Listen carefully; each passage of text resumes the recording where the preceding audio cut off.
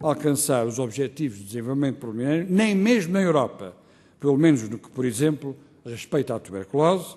A Europa, aliás, que é, de momento, a região mais bem colocada em termos estruturais e de recursos para o conseguir. A ilustrá-lo, peguemos no exemplo que nos é familiar, o da falta de médicos. A Organização Mundial de Saúde aponta para um déficit mundial de mais de 4 milhões de profissionais da saúde, tangível sobretudo nos países em desenvolvimento e em especial em África, embora saibamos que esse é também um problema partilhado por muitos países desenvolvidos, tal como o Reino Unido ou Portugal, fruto, pelo menos no nosso caso, de políticas erradas ou de omissões dela no passado em relação ao planeamento da formação médica. Sabemos também que a maioria dos países industrializados tem resolvido esse problema recorrendo à chamada importação de mão de obra. Mas a questão que quero colocar é esta. Será possível fazer completa tábua rasa de quaisquer outras considerações? Ignorar, por exemplo, que muitos dos profissionais de saúde provêm de países com graves carências em termos de recursos humanos qualificados? Renunciar a uma melhor repartição dos recursos e a uma certa regulação do mercado de trabalho, prevenindo assim o êxodo da mão de obra qualificada dos países em desenvolvimento para os países desenvolvidos? Eu digo isto porque ficou na minha memória uma conversa que tive com a Sra. Ministra, então Sra. Ministra da Saúde do Malawi, que me dizia, com um ar cândido, porque estávamos a discutir o Plano Nacional do Malawi para a luta contra a tuberculose, tinha sido apresentado, e ela dizia-me, o que é que eu vou fazer? Tenho mais médicos do Malawi em Manchester do que em todo o Malawi. E, portanto, isto é um problema complicado a que urge dar resposta. É por isso que eu o coloquei aqui hoje. Pessoalmente, entendo e repito que só com mais coordenação e mais regulação é que poderemos alcançar melhores resultados, até porque os problemas que hoje estamos, muitas vezes, a criar no mundo em desenvolvimento serão os mesmos com que nos iremos defrontar amanhã. Por isso seria bom reforçar a nossa visão global desses mesmos problemas para melhor os resolvermos no plano local.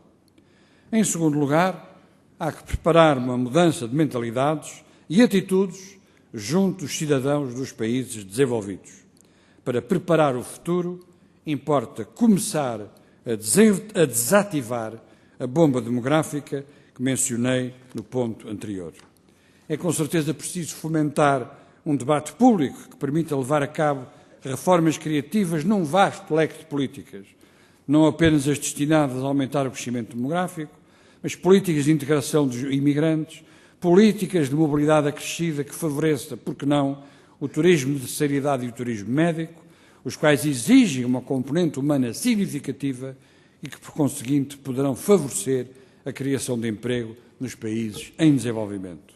E não apenas neles. Para dar um exemplo, há já hoje um número crescente de cidadãos dos países desenvolvidos que procuram tratamentos médicos menos onerosos e que praticam o que apelidei de turismo médico, desculpem a frase, designadamente na Índia, na Singapura e em Tailândia, segundo um estudo da Deloitte em 2008, houve cerca, e percebe-se bem porquê com os debates atuais, houve cerca de 750 mil americanos que viajaram para o estrangeiro para tratamento médico. É impossível, por exemplo, não nos lembrarmos neste domínio das possibilidades do Algarve. Naturalmente, não estou com isto a preconizar o turismo médico como solução única. Quem sou eu para isso?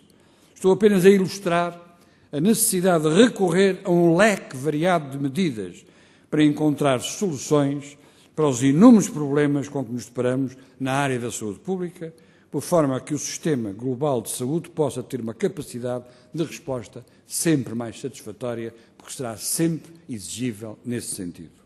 Para dar um outro exemplo, a utilização das tecnologias de informação e comunicação é uma outra área em que significativos progressos podem ser realizados, não só no que respeita à integração da informação dos utentes, mas também em áreas mais arrojadas de teleconsulta e de prestação de alguns serviços da saúde online.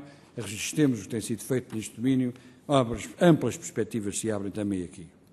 Um exemplo de novas prioridades para as políticas de saúde do futuro diz respeito, e como agora se diz, à integração da saúde em todas as políticas, no pressuposto de que é preciso também agir a montante, ou seja, quando se tem saúde, e não exclusivamente a jusante, ou seja, em situação de doença, e atuar a nível dos fatores que condicionam a saúde, quer seja a nível da alimentação, da educação, do ambiente, dos transportes, dos estilos de vida, por aí fora. Volto agora ao meu primeiro exemplo e aos problemas atuais do nosso Sistema Nacional de Saúde, ao fim de mais de 3 décadas, francamente dignas de registro e aplauso para todos os que nele participaram e todos que por ele foram tratados. Todos sabemos que as listas e os tempos de espera são um problema grave em Portugal, porque penalizam os mais pobres e os menos instruídos. A sua solução não é dissociável do contexto do desafio de fundo, que é o de prosseguir o ritmo de melhoria dos níveis de saúde registados nos últimos anos, com a manutenção de um Serviço Nacional de Saúde financeiramente sustentável. Mas estou persuadido que este objetivo só se conseguirá alcançar com a continuação das reformas que visem melhorar a eficiência das unidades de saúde e aproximar o cidadão do sistema de saúde, fornecendo-lhe respostas de acordo com as suas efetivas necessidades.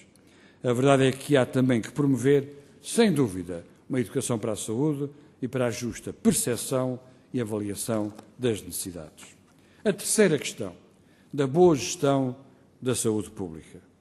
Não me parece boa gestão da coisa pública, particularmente num período de grande contenção orçamental, como a que conhecemos atualmente, permitir que se atue, nem como se os recursos fossem ilimitados, reclamando sempre mais do Sistema Nacional de Saúde, nem, ao invés, como se este pudesse comportar ilimitadas e indiscriminadas, por exemplo, parcerias público-privadas que acabem por redundar num verdadeiro desvio de finalidade e na insustentabilidade final do sistema.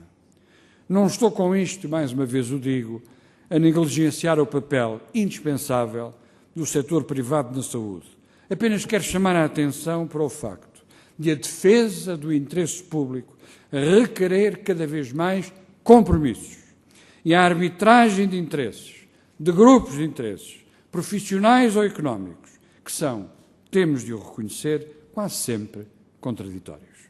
Tal papel, quantas vezes ingrato, ingratíssimo, cabe a quem está a ele legitimado pelo poder democrático, que isto é, ao decisor político, que no fundo está sempre perante um dilema, resultante de uma equação a 3 variáveis: a igualdade procurada, as desigualdades aceitáveis e as desigualdades absolutamente indesejáveis.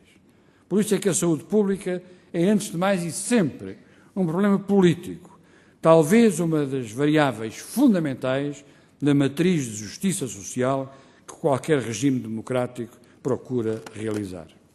Por isso, também em matéria de saúde pública, a boa gestão não é só uma condição básica para a sustentabilidade do Sistema Nacional de Saúde, mas é outro sim a via para obter ganhos específicos em saúde para toda a população.